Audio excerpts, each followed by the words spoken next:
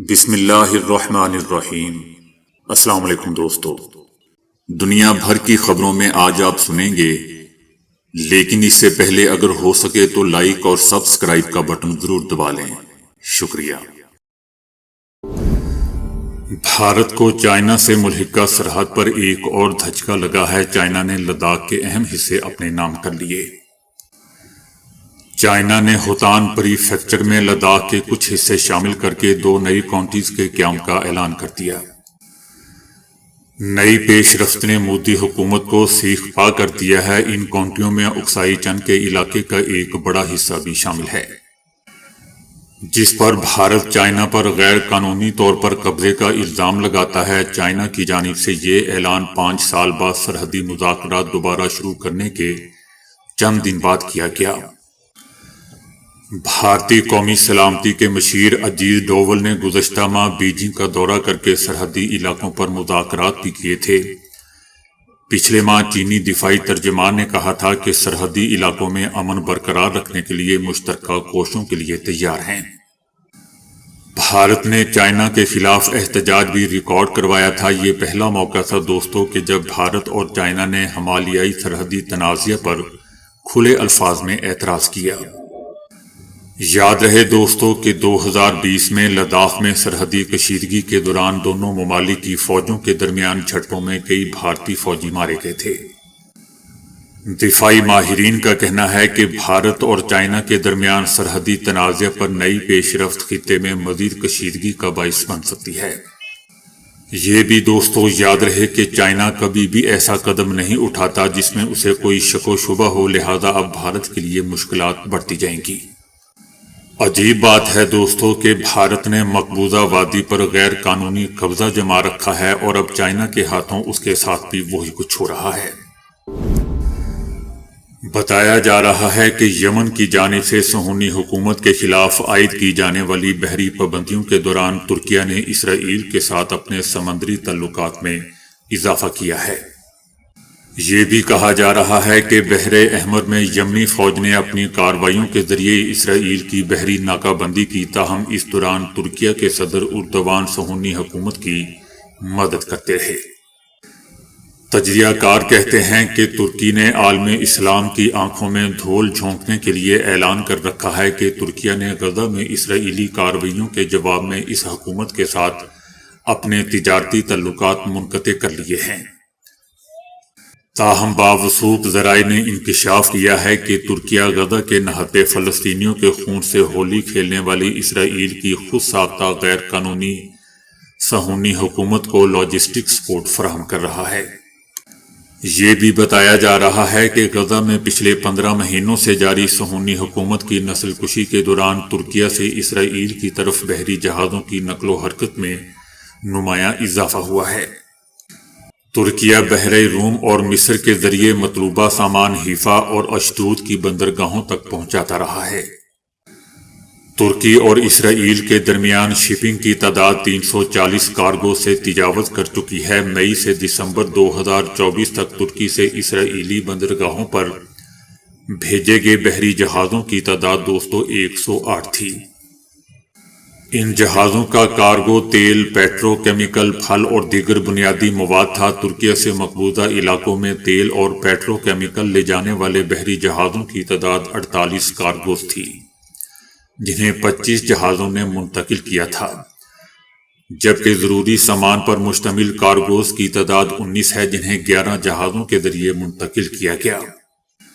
تجزیہ کاروں کا کہنا ہے کہ ترکیہ نے پڑوسی ملک کے صدر سے شام کے خلاف بھی صہیونی امریکی ایجنڈے کی تکمیل میں علاقائی محرک کے طور پر کردار ادا کیا، جو اس ملک کی مسلمانوں سے غداری کا واضح ثبوت ہے۔ ایسا دوستو تجزیہ کاروں کا کہنا ہے، اور ضروری نہیں ہے کہ ہم بھی اس سے متفق ہوں۔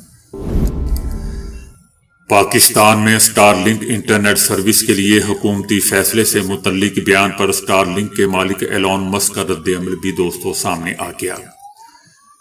ایلون مسک نے اپنے بیان میں کہا ہے کہ سٹار لنک سروس کے لیے حکومت پاکستان کی منظوری کے منتظر ہیں۔ دوستو یاد رہے کہ کچھ دن قبل وفاقی وزیر شہزاد فاطمہ نے سٹار لنک سے متعلق بات چیت کا بتایا تھا۔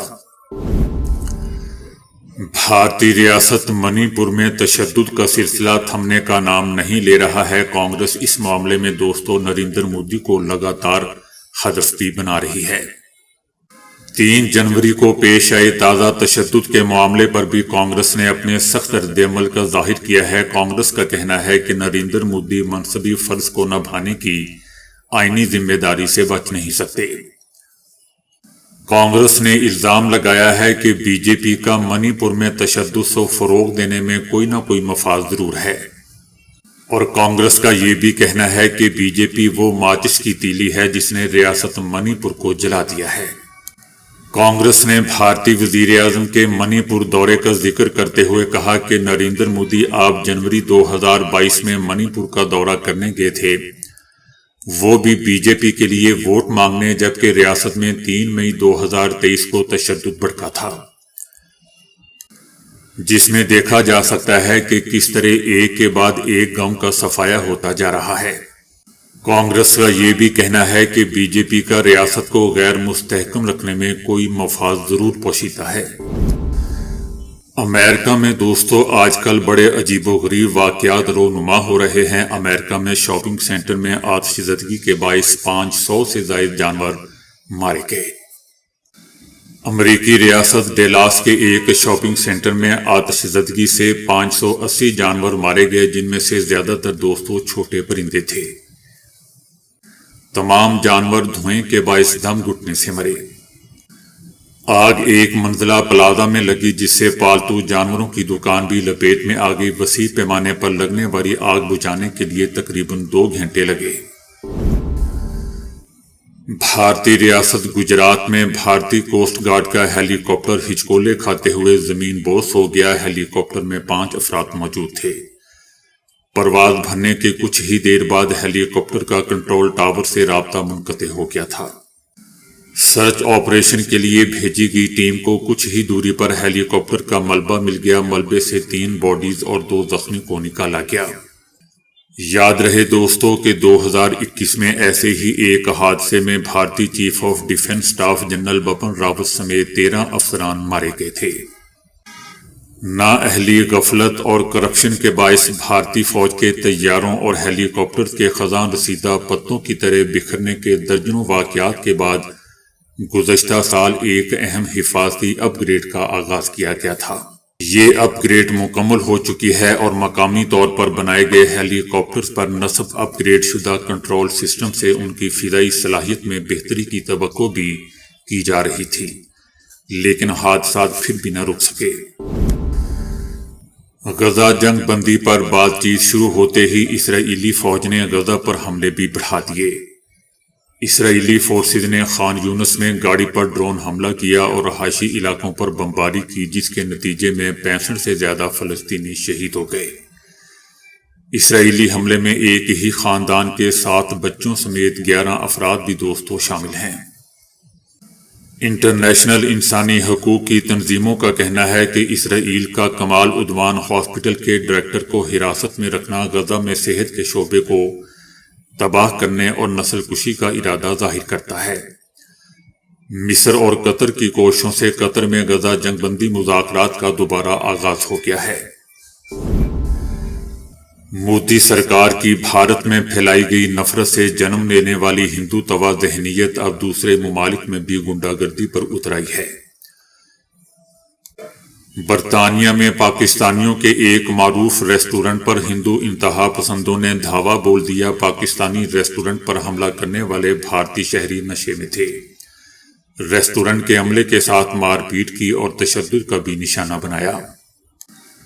ان لوگوں نے ریسٹورنٹ کے شیشے توڑے، کرسیاں اور میز اٹھا کر پھینک دی اور دیگر اشیاء کو نقصان پہنچایا۔ حملہ آوروں نے الزام عائد کیا تھا کہ بھیڑ کے گوشت میں گائے کے گوشت کی آمیزش تھی اور گائے ہمارے لیے مقدس ہے۔ ہم نے پہلے ہی کہہ دیا تھا کہ گائے کا گوشت نہیں ہونا چاہیے۔ بلوچستان میں تعمیراتی سائٹ سے اغوا ہونے والے 3 کشمیری مزدوروں میں سے ایک کو مار دیا گیا۔ باقیوں کا کہنا تھا کہ ہمیں لگا کہ فوج کا تحفظ ہوگا تو خطرہ نہیں ہوگا، لیکن ایسا نہیں ہو سکا۔ جس شخص کیسر کو مارا گیا وہ اپنے دادا کی وفات پر تقریباً 5 ماہ پہلے گھر آیا تھا اور اس نے بتایا تھا کہ حالات ٹھیک ہیں۔ وہاں دھمکیاں ملتی رہتی ہیں لیکن عموماً مشینوں کو نقصان پہنچایا جاتا ہے، لوگوں کو خطرہ نہیں۔ ہمیں بتایا گیا تھا کہ وہاں فوج کی سیکیورٹی ہے، ہمیں لگا کہ فوج کا تحفظ ہوگا تو خطرہ نہیں ہوگا، لیکن ایسا نہیں ہو سکا۔ یہ کہتے ہوئے راجہ اعجاز آپ دیدہ ہو گئے، جو 2 دن قبل اپنے بیٹے کیسر کو دفنا کے آئے تھے، تو نماز جنازہ پر ان کی فریاد کرتی ہوئی ویڈیو کشمیر میں سوشل میڈیا پر دوستوں وائرل ہو گئی تھی۔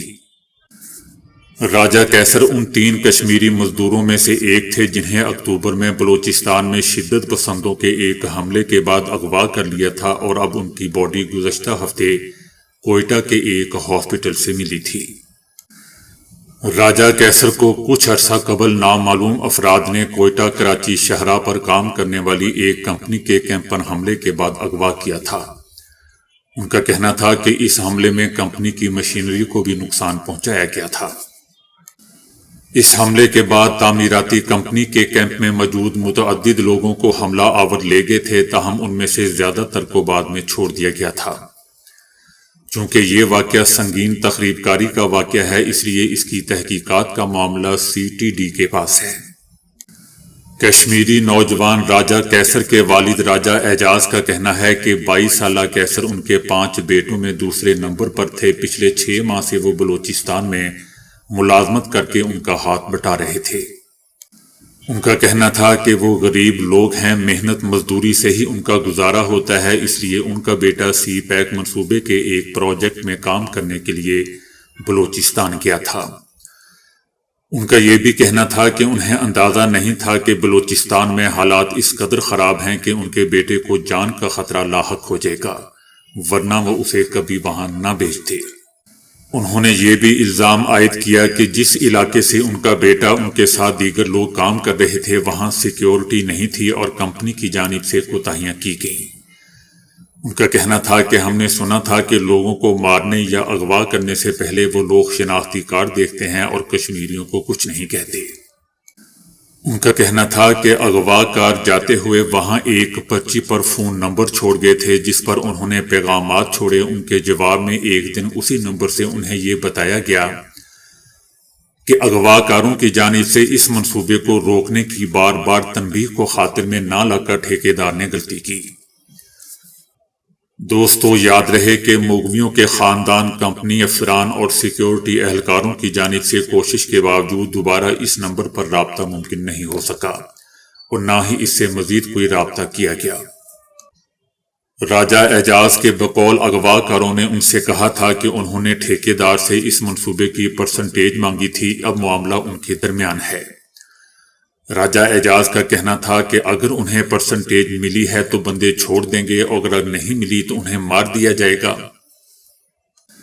جب راجہ اعجاز سے پوچھا گیا کہ اپنے بیٹے کی بازیابی کے لیے انہوں نے پولیس سے مدد کیوں طلب نہیں کی، راجہ اعجاز کہتے ہیں کہ بلوچستان میں کام پر بھیجنے والی کمپنی نے ہمیں منع کیا تھا کہ پولیس، میڈیا یا سوشل میڈیا پر یہ بات جانے سے مغویوں کی جان کو خطرہ ہو سکتا ہے۔ ہمارے ان سے معاملات چل رہے ہیں، سب کچھ ٹھیک ہو جائے گا۔ راجہ اعجاز کا کہنا تھا کہ انہوں نے ہمیں کبھی یہ نہیں بتایا کہ کیا معاملات چل رہے ہیں اور کیا بات ہو رہی ہے۔ اب اچانک انہوں نے ہمارے رشتہ داروں کو بتایا کہ کوئٹہ DC آفس سے باڈیز کی تصاویر آئی ہیں جن میں ایک باڈی کیسر کی بھی تھی۔ راجہ اعجاز کا کہنا تھا کہ کمپنی کے مالک یہاں آئے تھے لیکن اب وہ یہ کہہ رہے ہیں کہ آپ کے بچے اپنی مرضی سے کام کرنے گئے تھے، ہم نے کسی کو زبردستی نہیں بھیجا، ان کے مارے جانے کی ہماری کوئی ذمہ داری نہیں ہے۔ ان کا کہنا تھا کہ ہم مزدور لوگ ہیں، کام کے بغیر گزارا نہیں، مہنگائی کی وجہ سے حالات بھی خراب ہیں۔ جب کمپنی نے ان کی تنخواہ 50,000 سے بڑھا کر 70,000 کر دی تو وہ چلے گئے۔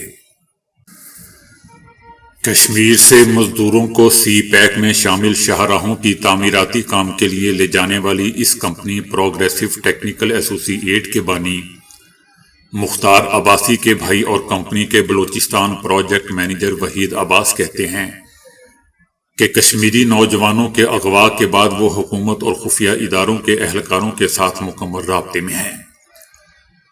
ان کا کہنا تھا کہ سیکیورٹی اداروں نے ہمیں تسلی دی تھی کہ ان BLA کے پنجابیوں کے ساتھ معاملات چل رہے ہیں، آپ کشمیری ہیں، یہ آپ کو نقصان نہیں پہنچائیں گے۔ ان کا کہنا تھا کہ جہاں حملہ ہوا وہاں ایسی امید بھی نہیں تھی کیونکہ یہ شہر کے قریب محفوظ علاقہ تھا۔ ان کا کہنا تھا کہ اغوا کے بعد سے نامعلوم باڈیز کی خبر سن کر ہم خود جا کر دیکھتے ہیں کہ کہیں ہمارا کوئی بندہ تو نہیں۔ اس طرح 3 دن پہلے جانے پر کیسر کی باڈی شناخت کی گئی۔ خطرے والے علاقے میں مزدوروں کو کام پر رکھنے کے حوالے سے ان کا کہنا تھا کہ ہم ہر شخص کو بتاتے تھے کہ بلوچستان میں جان کا خطرہ ہے، ہماری اس پر کوئی گارنٹی نہیں ہے۔ ہم مقامی افراد یا سندھیوں کو ترجیح دیتے تھے، لیکن لوگ روزگار کی خاطر جانے پر راضی ہوتے ہیں اور ہم خود بھی تو وہاں کام کرتے ہیں۔ ان کا کہنا تھا کہ راجہ کیسر کی باڈی آنے کے بعد باقی 2 افراد کے خاندانوں کی جانب سے بہت زیادہ پریشر ہے، وہ ہمارے گھر اور دفتر کے باہر موجود ہیں۔ ہم انہیں تسلی ہی دے سکتے ہیں کیونکہ ہمیں بلوچستان حکام جو اطلاع دیں گے ہم وہی بتا سکتے ہیں، لیکن ہم نے ان سے کہا ہے کہ وہ ہم کوشش کر رہے ہیں کہ جلد انہیں زندہ واپس لا سکے۔ تو دوستو ابھی کے لیے اتنا ہی۔ ویڈیو کو لائک اور شیئر کرنے کا بہت بہت شکریہ۔